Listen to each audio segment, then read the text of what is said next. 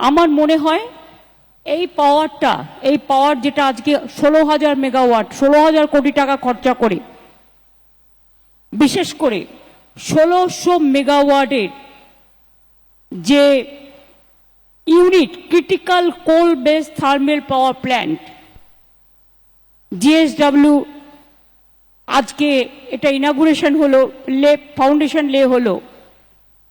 It's a landmark project.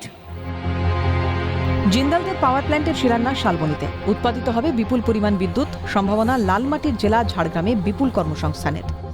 জঙ্গলমহলের কাছে একটা বড় সুন্দর দিন এই কারণে বলছি, তাদের কাজের সুযোগ আসছে, যেখানে জঙ্গলমহল প্রান্তিক মানুষেরা প্রচুর পরিমাণে তারা দিনগত পাপক্ষয় করে। বিশেষ করে তারা প্রচুর পরিমাণে তারা রীতিমতো কাঠ কুড়িয়ে সংসার চালায়, কেউ কেন্দু পাতা তুলে সংসার চালায়, এবং তাদের জীবিকা বলতে কিন্তু একদম দুনান্তে পান্তা ফোড়ায় এই অবস্থা। সেই জায়গায় দাঁড়িয়ে যে শালবনী জামবনীতে যে পাওয়ার প্ল্যান্ট হচ্ছে 800-1600 মেগাওয়াটের যে পাওয়ার প্ল্যান্ট, সেই পাওয়ার প্ল্যান্টকে ঘিরে তারা স্বপ্ন দেখতে শুরু করেছে।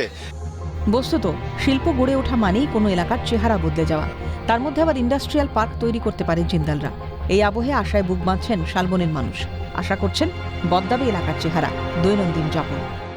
ভালো লাগছে, যেটা হচ্ছে সেটা আমাদের রাজ্যবাসী তথা আমাদের শালবনীবাসীর খুব উপকার হবে।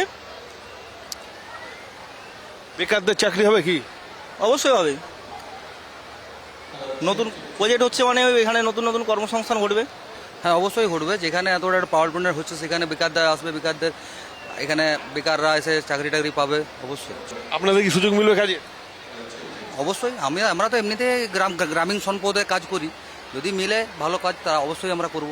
ভালো কাজ মিললে অবশ্যই করবে, এবং তারা খেটে খায়, প্রত্যেকে খেটে খাওয়া মানুষ, এবং তারা পরিষ্কার আমাদের জানাচ্ছে যে তারা আশা দেখছে, আশায় বুক বাজছে। ক্যামেরায় অপূর্ব দেবনাথের সঙ্গে বিপ্লব চক্রবর্তীর রিপোর্ট, ক্যালকাটা নিউজ।